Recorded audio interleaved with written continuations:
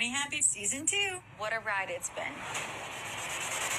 After the undeniable success of Shiny Happy People, Amazon is releasing Shiny Happy People 2. However, this time the documentary will not be about the Duggars, although I'm sure some IBLP kids ended up in these situations. It's going to be a lot different. So let's go through the trailer. I'm going to give you a bit of read ahead, that sort of thing. Did you ever hear about Teen Mania? It's like Coachella for youth groups. It's a great place to meet other Christians. Quiet the Fire was like the thing to do with your youth group. Music's playing, fire shooting off. It was what? Do you love God or do you love God?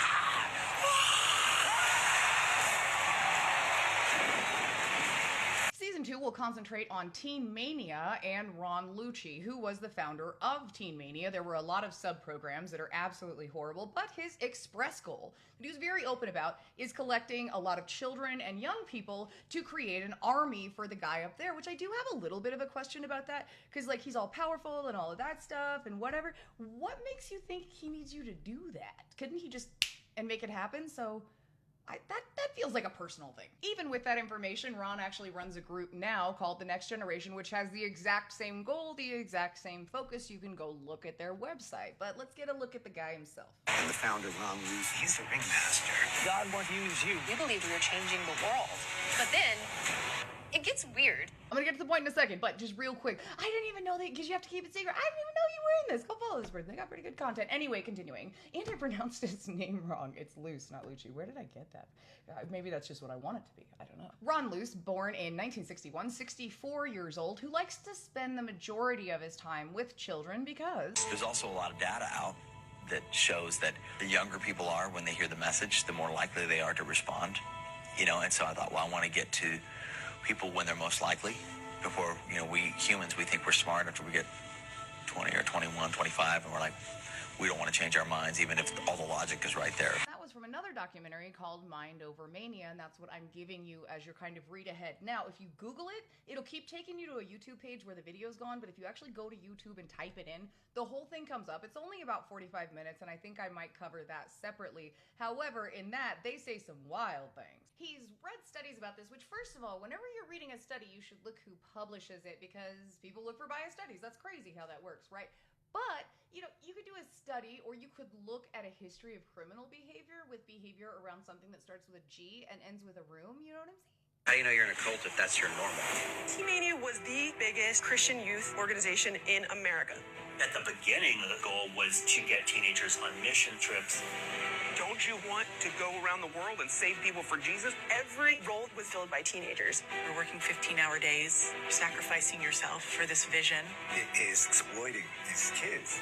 I was a teenage telemarketer for Jesus. This group had many activities. There were, of course, the concerts, but then there were other group activities like ESOL, the emotionally stretching experience of a lifetime. And that would include being out in a field and just emotionally, physically, spiritually, any kind of hurt that you can think of.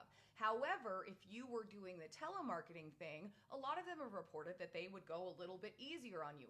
Even though the conditions were horrible, 15-hour days, no breaks, not enough food, that sort of thing, it was better than being out in ESOL and going through this. Spit it up, you like it even more. Swallowing it is much easier. I want you to eat one handful of that and do this for 3 seconds. Let's go. You know you like it. Or you'd be treated like this. Pay attention, and you are a loser! This generation has lost some of the fight that previous generations had to have even to make this nation what it is.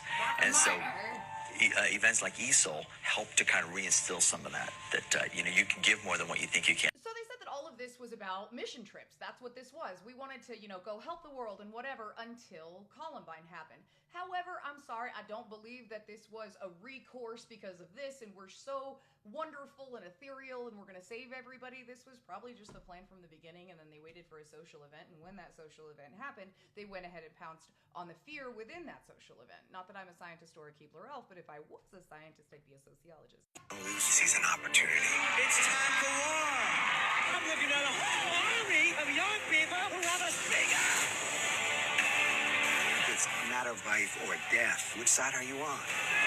They are creating soldiers. You were blindfolded, put in a van. I was days from dying. Terrifying.